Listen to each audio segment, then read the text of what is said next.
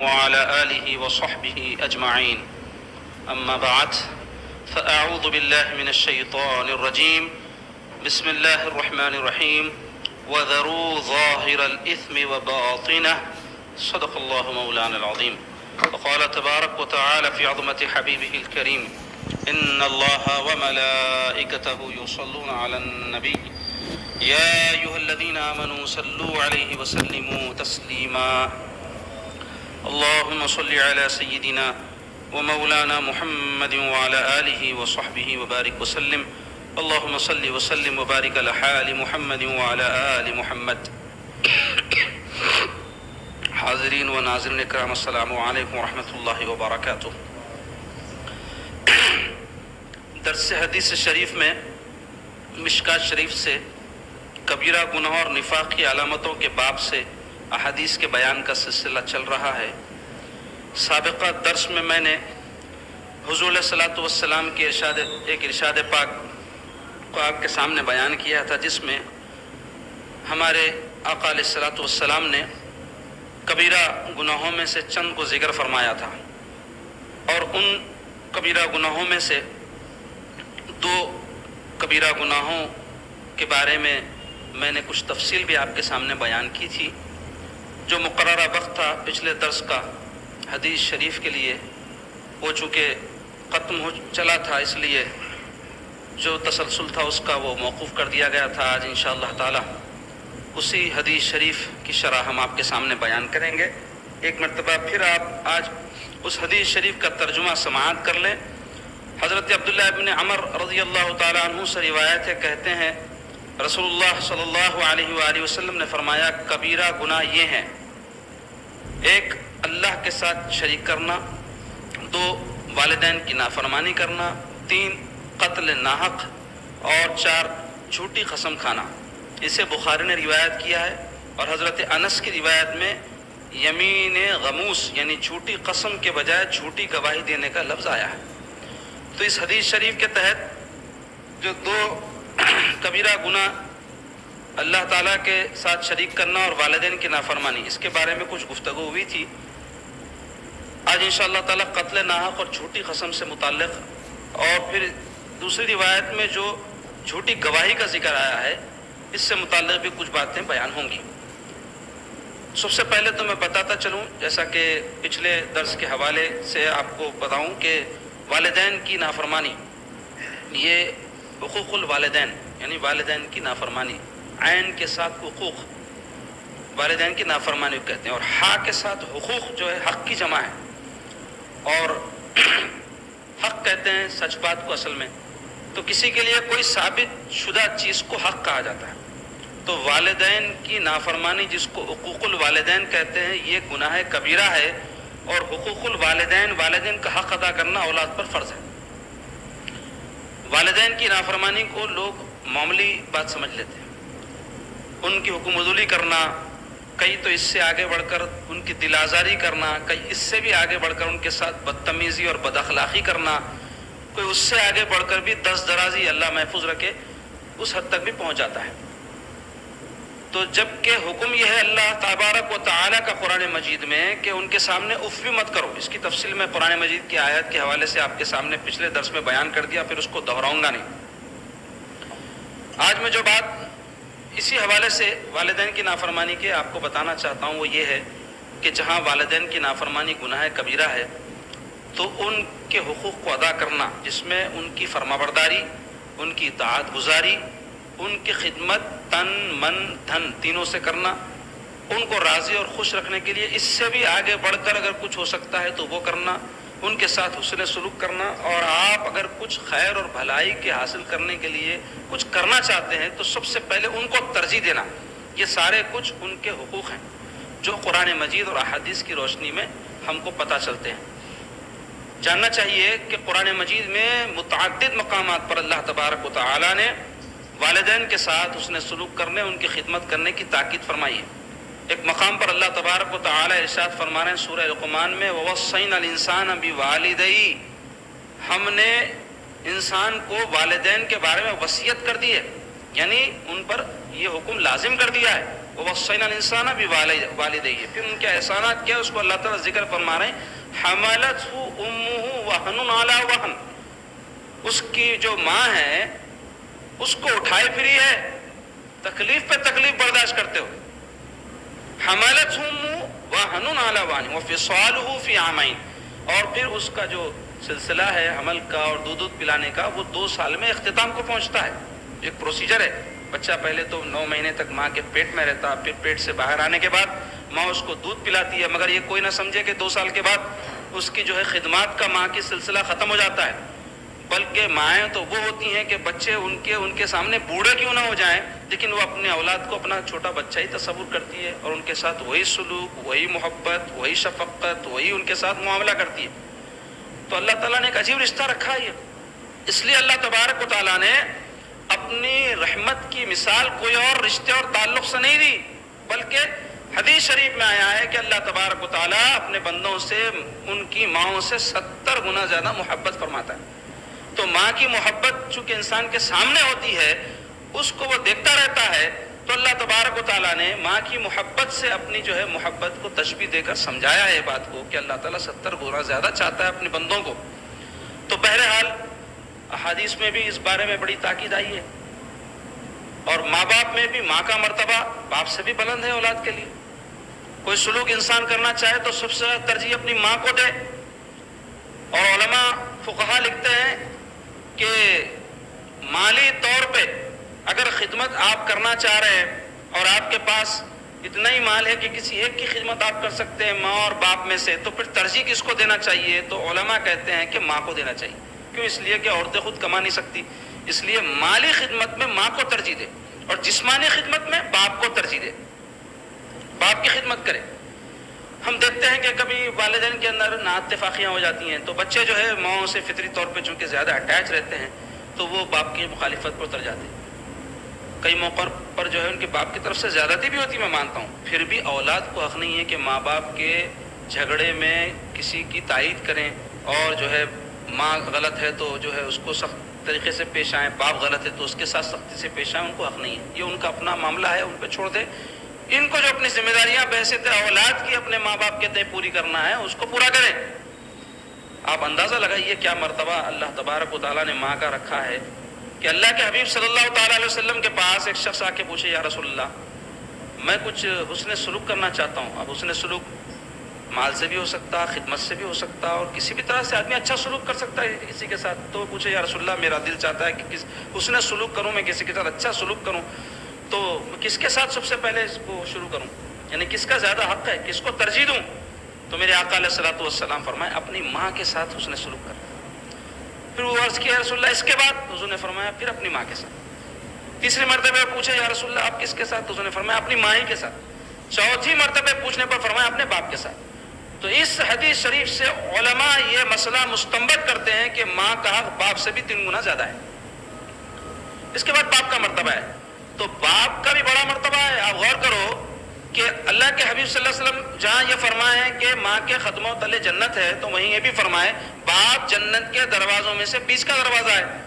تو جنت میں جانا ہے تو دروازے سے ہو کے جانا پڑے گا نا. اب یہ دنیا میں جیسا دیوارہ کود کے جاتے، جنت میں تو ویسا نہیں ہو سکیں گا، چور چکے کے کام وہاں پہ.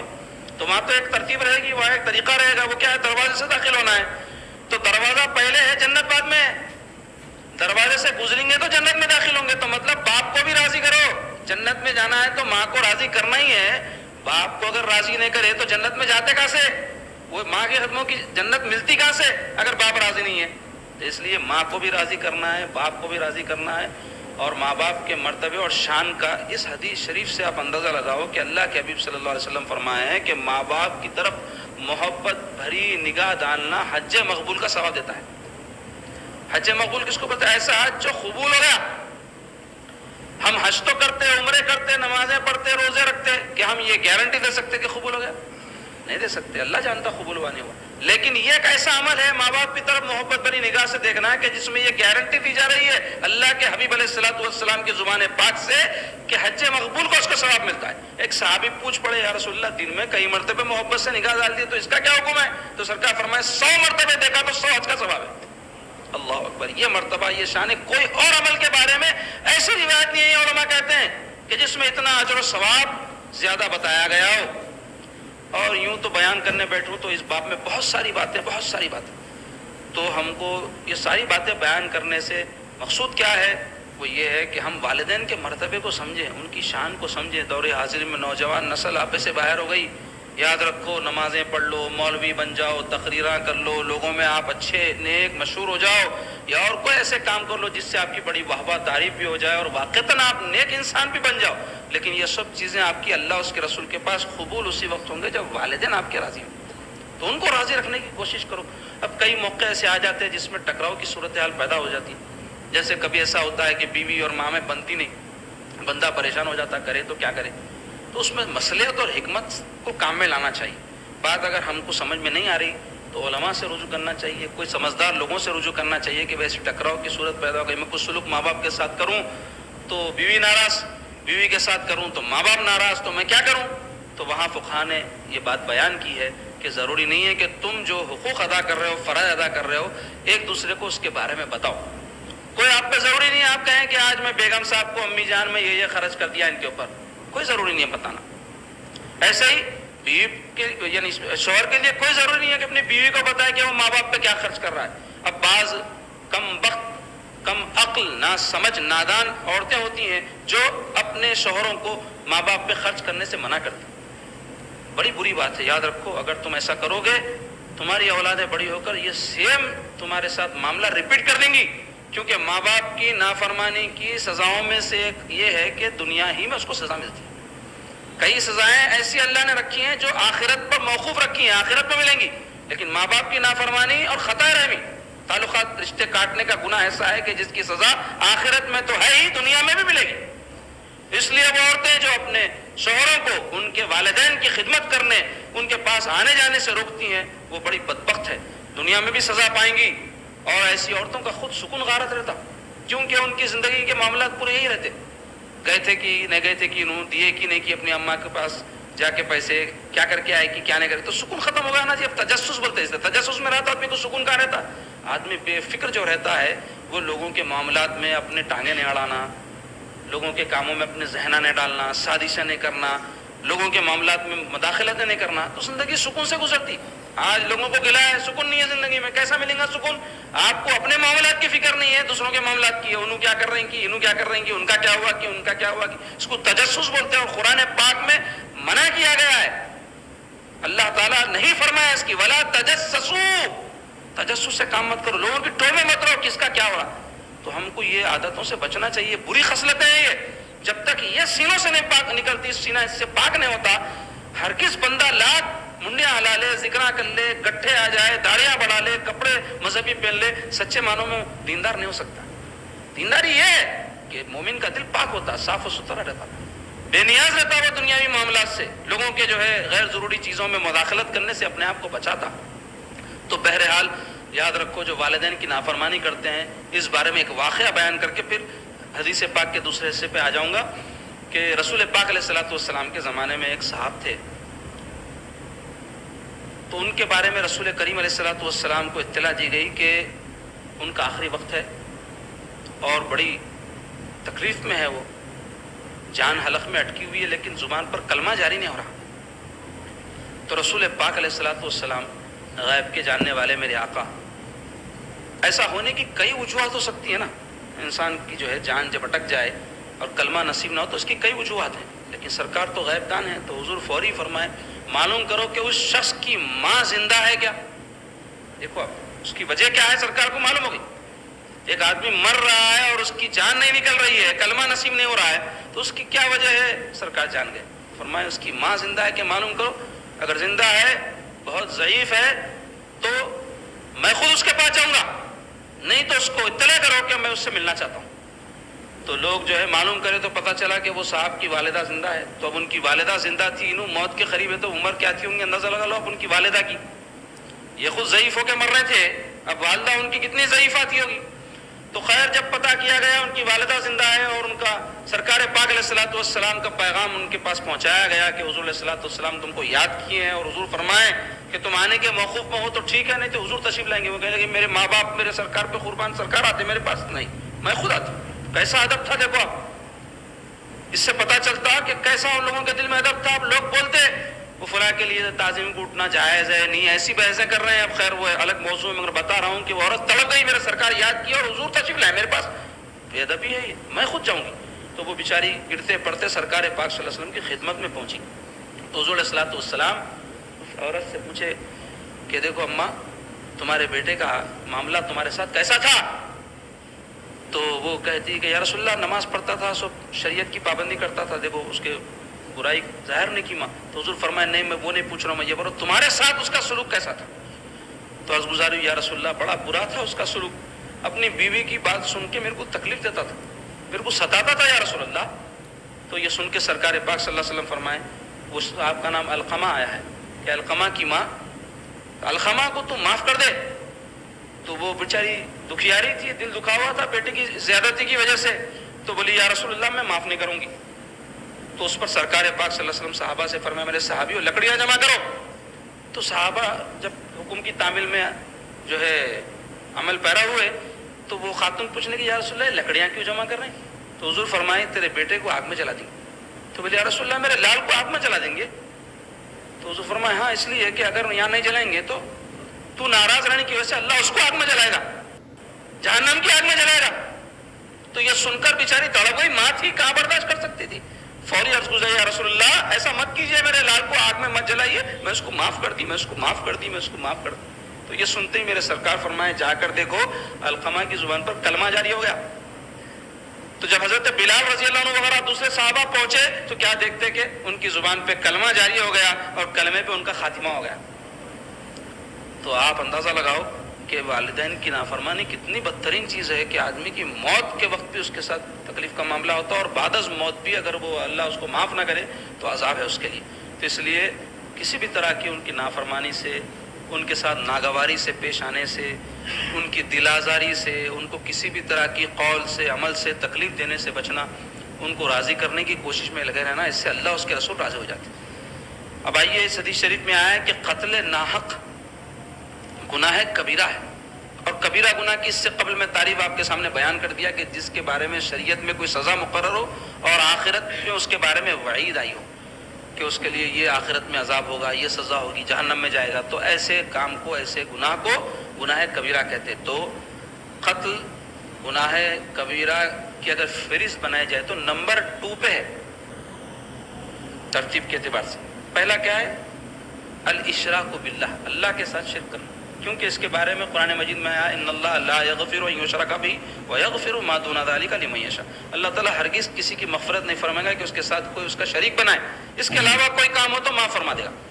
تو جہاں یہ اللہ تعالیٰ کے ساتھ حق تلفی ہے شرک, تو وہیں قتل ناحق ایک انسان کے ساتھ زیادتی ہے, اس لیے اس کو دوسرے نمبر پر رکھا گیا. اور قتل ناحق پر سخت وعیدیں آئی ہے. اس میں سے قرآن مجید کی ایک آیت پاک میں آپ کے سامنے تلاوت کرتا ہوں, جس سے آپ کو اندازہ ہو جائے گا کہ قتل کتنا شدید جرم اور گناہ ہے.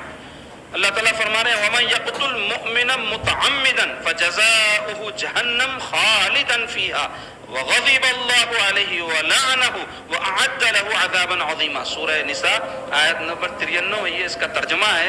اللہ تبارک و تعالی ارشاد فرما رہے ہیں اور جو شخص کسی مومن کو جان بوجھ کر قتل کرے اس کا بدلہ جہنم ہے, وہ ہمیشہ اس میں رہے گا. اور اللہ تعالیٰ نے اس پر غضب فرمایا اور اس پر لعنت بھیجی اور اس کے لیے بہت بڑا عذاب تیار کیا. کتنی وعید ہے اس ایک آیت میں قتل ناحق پر. اب قتل ناحق کیوں کہا جا رہا ہے؟ بعض صورتوں میں قتل کرنے کی اجازت ہے, لیکن کیا صورتیں ہیں وہ 4-5 صورتیں فقہا نے بیان کی. ایک تو ہے کہ قتل کے بدلے قتل, قصاصاً قتل کیا جائے گا. شریعت میں قتل کا بدلہ اور سزا کیا ہے؟ قتل ہے. تو اگر کوئی قتل کے بدلے میں قتل کر دیا جائے تو ایک صورت ہے یہ ناحق قتل کرنا نہیں ہے, کیونکہ جرم کیا وہ قتل کا, اس لیے سزاً اس کو قتل کیا جا رہا ہے. دوسری صورت ہے زنا کوئی کیا تو اس کو سنسار کر کے ختم کر دیا جائے گا, یہ صورت ہے. تیسرے ارتداد کی صورت ہے کہ اگر کوئی دین سے پھر جائے تو اس کے احکام ہے پورے, اور حکومت اس بارے میں نوٹ لے گی اور وہ اس کو مرتد کو سزا دے گی.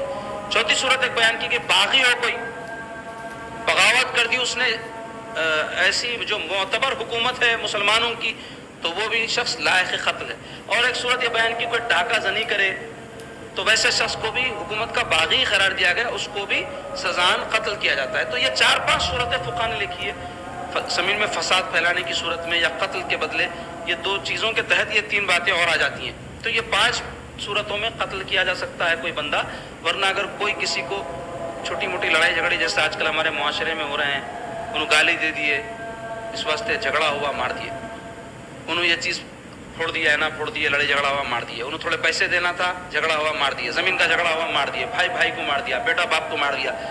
یہ بہت عظیم گناہ ہے، بہت سخت گناہ ہے، بہت ہی بری بات ہے یہ جو ہمارے معاشرے میں عام ہو گئی ہے. اسلام دین حق ہے، دین کامل ہے، اور اسلام ایک ایسا دین ہے جو انسان کی جان مال عزت آبرو کی حفاظت کا پورا انتظام کیا ہے. احکام شریعہ کیا ہے؟ احکام شریعہ وہی ہیں جو انسان کی اموال کی، اس کی جان کی، اس کی آبرو کی حفاظت کرتے ہیں. اس کے اصول اور قاعدے شریعت کہلاتے ہیں. تو اس آیت پاک میں آپ غور کرو، اللہ تعالیٰ فرما رہے ہیں اور جو شخص کسی مومن کو جان بوجھ کر قتل کرے اس کا بدلہ جہنم ہے. پہلی وعید یعنی جہنم میں جائے گا وہ. دوسرا وہ ہمیشہ اس میں رہے گا، مطلب بہت لمبے عرصے تک. اگر مسلمان ہے اور کسی مسلمان کو قتل کیا تو اس کی وجہ سے ضرور جہنم میں جائے گا، اللہ اگر معاف نہ کرے تو.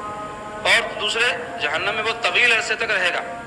اور اللہ تعالیٰ نے اس پر غضب فرمایا، اللہ اس پر ناراض ہوگا اور اس پر لعنت بھیج رہا ہے اللہ تعالیٰ، اور اس پر اللہ کی لعنت ہے اور اس کے لیے بہت بڑا عذاب ہے. اتنی وعیدیں ہیں قاتل کے لیے. اب یہ سب باتیں پیش نظر رکھتے ہوئے آپ ہمارے معاشرے پہ نظر ڈالو، آج کل کیا کچھ ہو رہا ہے. کوئی دن ایسا نہیں گزرتا اخبار میں جو ہے ناحق قتل کی کوئی اطلاع آتی ہو، چھوٹی چھوٹی باتوں کے اوپر. میرے بھائیو چلو کوئی بہت بڑا جھگڑا ہوا، اور پھر قتل میں بھی اگر دونوں مسلمان ہوں اور دونوں کی نیت ایک دوسرے کو مارنے کی ہو تو دونوں بھی جہنمی ہے. جیسا کہ حدیث شریف ہے، جب دو مسلمان اپنی تلواروں کے ساتھ ایک دوسرے کے مقابل ہوتے ہیں، تلوار سے مراد ہتھیار، کوئی بھی ہتھیار ہو، تلوار ہو، ڈنڈا ہو، لکڑی ہو، کچھ بھی ہو، ایسا ہتھیار جو ایک دوسرے کو قتل کرنے کے لیے ہاتھ میں اٹھائے ہو، تو قاتل اور مقتول دونوں جہنم میں جائیں گے. کون فرما رہے ہیں؟ آقا علیہ الصلوۃ والسلام، جن کی بات سچ سے بھی بڑی سچی ہے. عرض کیا گیا یا رسول اللہ یہ تو اس لیے جائے گا کہ قاتل ہے، لیکن مقتول کیوں جائے گا؟ یعنی ایک مارنے والا ہوگا ایک مرنے والا ہوگا. تو یہ بات تو سمجھ میں آتی ہے کہ مارنے والا جہنم میں جائے گا، مرنے والا کیوں جہنم میں جائیں گے؟ حضور فرمایا دونوں جہنم میں جائیں گے. تو سرکار نے فرمایا اس لیے کہ وہ دوسرے شخص کو قتل کرنے کی ہرس رکھتا تھا، اس کے بھی دل میں تھا موقع ملا تو میں بھی مارتا چھوڑتا ہوں اس کو. تو یہ کب ہوتا؟ جب باہمی عداوتیں ہو، دلوں میں دشمنیاں. اس کی وجہ سے کیا ہوتا؟ دونوں ایک دوسرے کو مارنے کی آرزو رکھتے. اب کامیاب کوئی ایک ہو جاتا ہے ایک الگ مسئلہ ہے، لیکن نیت دونوں کی رہتی موقع ملا تو میں بھی تیرے کو مار ڈالتا. اسی طرح طلب دنیا کے لیے ایک دوسرے کے مقابل آئے تو ایسے لڑائی میں بھی دونوں بھی جہنمی ہیں اگر وہ ایک دوسرے کو مارنے کے لیے آئے ہیں. ریاست یا برتری کے حصول کے لیے لڑتے ہیں، اپنی بڑائی ظاہر کرنے، جیسا گنڈے ہوتے ہیں اپنے ایریے میں دادا گیری کرتے ہیں، اپنا روب جمانے کے لیے گنڈا دوسرے کو قتل کر رہا ہے، پھر اس کے رشتہ دار اس کو قتل کر رہے ہیں. تو یہ سارے اس وعید میں داخل ہے جس میں سرکار فرمائے قاتل اور مقتول دونوں جہنمی. اور اس بارے میں اور بہت سارے ارشادات سرکار کے ہیں، قرآن کی بہت ساری آیات ہیں، میں بیان کروں تو وقت بہت زیادہ ہوگا. پھر سرکار پاک صلی اللہ علیہ وسلم کو اور ایک ارشاد ہے، سرکار فرماتے ہیں میرے بعد کفر کی طرف نہ لوٹ جانا کہ تم میں سے باز باز کی گردنیں مارنا شروع کر دیں. تو سرکار کیا فرمائے؟ یہ کام کفر والا ہے. یعنی کافر تو نہیں ہوتا آدمی، کوئی مسلمان کسی مسلمان کو مارے، لیکن ایک مسلمان مسلمان کو مار سکتا ہے. جی کافر مار سکتا ہے اس کو اسلام کی وجہ سے اگر اس سے دشمنی ہو تو. لیکن ہم دیکھ رہے ہیں کہ مار رہے ہیں ایک دوسرے کو، عام بات ہو گئی. انسان کی جان کی کوئی قدر نہیں رہی، خون انسان کا پانی کی طرح بلکہ اس سے بھی سستا ہو گیا. کیوں ہو رہا ہے ایسا؟ اس لیے کہ قاتل کو سزا صحیح نہیں دی جا رہی جو شریعت نے مقرر کی ہے. اب ایسا کیوں ہو رہا ہے کہ اس کو سزا نہیں مل رہی ہے؟ اس واسطے کہ ہمارا جو سسٹم ہے وہ کرپٹ ہے، رشوت خور ہے، کہ مجرم کو یہاں سزا نہیں دی جاتی، رشوت کھلا کر وہ بچ جاتا ہے، قانون کے پیچیدگیوں میں اس کو مقدمے کو جو ہے لگا کر کسی بھی طرح بچ جاتا ہے، یا جو بھی جو ہے اپنی سازشیں کرنا ہے، یا جو بھی دھوکے بازیاں کرنا ہے، یا پھر پیسے دے کر کچھ خرید لینا ہے کسی کو، وہ کر لے کے بچ جاتا ہے. ایسا کر بھی لے ٹھیک ہے، دنیا کی سزا سے بچ جائے گا، آخرت کی سزا سے کیسے بچے گا؟ اللہ کے حضور میں جب پہنچے گا تو انصاف ہوگا. اور اگر ایک سے زیادہ کو قتل کیا ہے تو بار بار اس کی سزا دی جائے گی، کیونکہ دنیا میں اگر کوئی 10 کو بھی مارا تو اس کی سزا ایک ہی مرتبہ مارنے والے کو قتل کیا جا سکتا ہے، اس سے زیادہ تو نہیں. مر کے بعد زندہ تو نہیں کر سکتے اس کو دوبارہ. تو کئی ایسے ہیں 10 20 100 بھی قتل کیے، تو ان کا کیا انجام ہوگا؟ تو حدیث شریف میں آیا ہے کہ زندہ کیا جائے گا، قتل کیا جائے گا، زندہ کیا جائے گا، قتل کیا جائے گا، تاکہ اس کو پتہ چلے کہ انسانی جان جب نکلتی ہے تو کیسی اس کو تکلیف ہوئی تھی، کیسی اس کو جو ہے اذیت پہنچی تھی. تو بہرحال اس ارشاد پاک سے سرکار کے ہم کو پتہ چلا کہ قتل بہت بڑا گناہ ہے، بہت بڑا گناہ، شرک کے بعد سب سے بڑا گناہ ہے. اور حدیث شریف میں آیا ہے کہ حضرت آدم علیہ السلام کے 2 بیٹوں کے بیچ میں جو سب سے پہلا جھگڑا ہوا تھا حابیل اور قابیل، تو قابیل نے حابیل کو قتل کیا. تو دنیا میں جتنے قتل ہوتے ہیں ان سب قتل کا وبال قابیل کو پہنچتا ہے، کیونکہ اس نے اس کا آغاز کیا تھا، ابتدا کی تھی. تو آپ اندازہ لگاؤ کتنا ناپسند ہے اللہ تعالیٰ کے نزدیک یہ عمل کہ اللہ تعالیٰ نے قرآن مجید میں یہ بات بیان فرمائی ہے کہ ارشاد ہے من اجل ذلك كتبنا على بني اسرائيل انه من قتل نفسا بغير نفس او فساد في الارض فكانما قتل الناس جميعا ومن احياها كانما احيا الناس جميعا. سورہ مائدہ کی آیت نمبر 32 اس کا ترجمہ ہے اس لیے ہم نے، یعنی اللہ تعالیٰ فرما رہے ہیں اس لیے ہم نے بنی اسرائیل پر لکھ دیا کہ جو شخص کسی نفس یعنی جان کو کسی نفس کے قصاص کے بغیر یا زمین میں فساد کے بغیر قتل کرے بس گویا اس نے سب لوگوں کو قتل کیا، یعنی تمام انسانوں کو. اور جو کسی نفس کو زندہ رکھے گویا اس نے سب لوگوں کو زندگی دی. یہ ہے اسلام کا جو ہے نظریہ انسان کی جان کے بارے میں، کہ اگر کوئی ایک جان ناحق قتل کی جا رہی ہے تو ساری انسانیت کو قتل کرنا جس طرح ہوتا ہے اس طرح یہ جرم ہے. اور ایک جان بچائی جا رہی ہے، انسانیت کو جیسے بچا لیا جائے تو اس کا جو اجر و ثواب ہو سکتا ہے ویسا اس کا اجر و ثواب اللہ نے رکھا ہے. تو عزیزان گرامی، اس سے ہم کو پتہ چلا کہ قتل ناحق بہت بڑا جرم ہے، بہت بڑا گناہ ہے، اور اس سے ایک مسلمان کو ہمیشہ اجتناب کرنا چاہیے. ایسے کوئی حالات پیدا ہی نہ ہونے دیے جائے مسلمان کو کہ وہ اس برے کام اور اس جو ہے عمل قبیح کی طرف آگے بڑھ سکے. اس کے بعد سرکار فرماتے ہیں کہ گناہ کبیرہ میں سے گناہ جھوٹی قسم کھانا ہے. تو جھوٹی قسم گناہ کبیرہ ہے. ویسے سچی قسم بھی اگر کوئی کھا رہا ہے پوری کرنے کی نیت سے کھا رہا ہے، یا کوئی واقعے کے اوپر اس نے قسم کھائی کہ ہاں ایسا ہوا تھا میں قسم کھاتا ہوں، تب بھی عادت بنا لینا بری بات ہے قسم کھانے کی، چاہے وہ قسم سچی کیوں نہ کھا رہا ہو. کیونکہ قسم جو ہے کسی بات کو موقت کرنے کے لیے ہوتی ہے. کوئی شخص اعتبار نہیں کر رہا ہے تو اعتبار دلانے کے لیے ہوتی ہے. تو بار بار اگر کوئی شخص قسم کھانے والا ہو تو وہ قسم کھا کر بھی کوئی بات کہے تو اس کا اعتبار واقع نہیں رہتا. تو مومن کا کردار ایسا ہونا چاہیے، وہ اپنے بات کا اتنا سچا ہونا چاہیے کہ اس کو قسم کھانے کی ضرورت ہی نہ پڑے. لوگ کہیں کہ نہیں یہ کہتے ہیں قسم کی طرح ان کی بات، ایسے اس کو سچا ہونا چاہیے. لیکن کوئی شران کھا لے قسم تو پھر جائز ہے سچی قسم کھائے. اب قسم کی قسمیں بیان کی ہیں، اقسام اس کی علماء نے بیان کی ہے. بنیادی طور پہ 3 قسمیں. ایک ہے یمین غموس، ایک یمین لغو، اور ایک یمین منعقدہ. یمین عربی میں قسم کو کہتے ہیں. تو یمین لغو کسے کہتے ہیں؟ غلط فہمی میں آدمی جیسے کوئی قسم کھا لیتا ہے، کوئی واقعہ ہوا اس نے سمجھنے میں غلطی کی اور اس پر مصر ہوا کہ نہیں ایسا ہوا میں قسم کھا کر کہتا ایسا ہوا، جبکہ واقعہ ویسا نہیں ہوا تھا. تو جان بوجھ کر اس نے جھوٹی قسم نہیں کھائی، سمجھنے میں غلطی کی وجہ سے قسم کھا کر وہ بات بیان کی، بعد میں پتہ چلا تو کیا کرے؟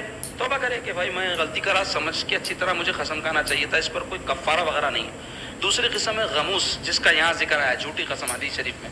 وہ کیا ہے؟ غموس کے معنی ہوتے ہیں اصل ڈبکی لگانے کے. غمسا کہتے ہیں ڈبکی لگانے کو. تو اس کو غموس کیوں کہا گیا ہے؟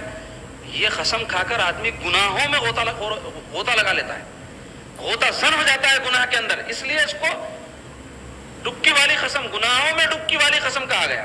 تو یہ قسم کب کھائی جاتی ہے؟ ماضی کے بارے میں کوئی واقعے کو لے کر آدمی جانتا ہے ایسا نہیں ہوا، قسم کھا کر کہ ایسے ہی ہوا. مثلا فلاں شخص نے فلاں شخص کو نہیں مارا، یہ جانتا ہے کہ فلاں نے فلاں کو نہیں مارا، لیکن قسم کھا کر کہہ رہا ہے میں قسم کھا کر کہتا ہوں فلاں نے فلاں کو مارا، جبکہ اس کو پتا ہے کہ ایسا نہیں ہوا. تو اب ایسا جب کہہ رہا ہے تو اس کا کچھ مفاد رہا ہوگا، اس میں کچھ پیسہ مل رہا ہوگا یا کچھ بھی رہا ہوگا جس کی وجہ سے اس نے جھوٹی قسم کھائی. تو ایسی قسم کھانا گناہ کبیرہ ہے، اور ایسی قسم کا حکم یہ ہے کہ اس پر صرف توبہ کی جائے گی. ماضی میں کسی بات پہ جھوٹی قسم کھانے پر توبہ، غلط فہمی میں کھائی تو بھی توبہ کرے، احتیاط کرے قسم کھانے سے بھی، اور بات سوچ سمجھ کے کیا کرے. اور اگر جان بوجھ کے قسم کھایا تھا جھوٹی تو اس پر بھی توبہ کرے. گناہ ہے یہ بھی، لیکن کوئی کفارہ نہیں. اب تیسری قسم ہے قسم منعقدہ، یعنی ایسی قسم کے مستقبل کے بارے میں کسی بات کا عہد کر کے آدمی قسم کھا لے. مثلا کوئی کہے کہ میں قسم کھاتا ہوں کہ فلاں کے گھر کو کبھی نہیں جاؤں گا، تو یہ جانے کا معاملہ آگے ہوگا، لیکن وہ عہد کر لیا اور قسم سے اس کو موقت کر دیا، تو اس کو کہتے ہیں یمین منعقدہ. یہ قسم پڑ گئی.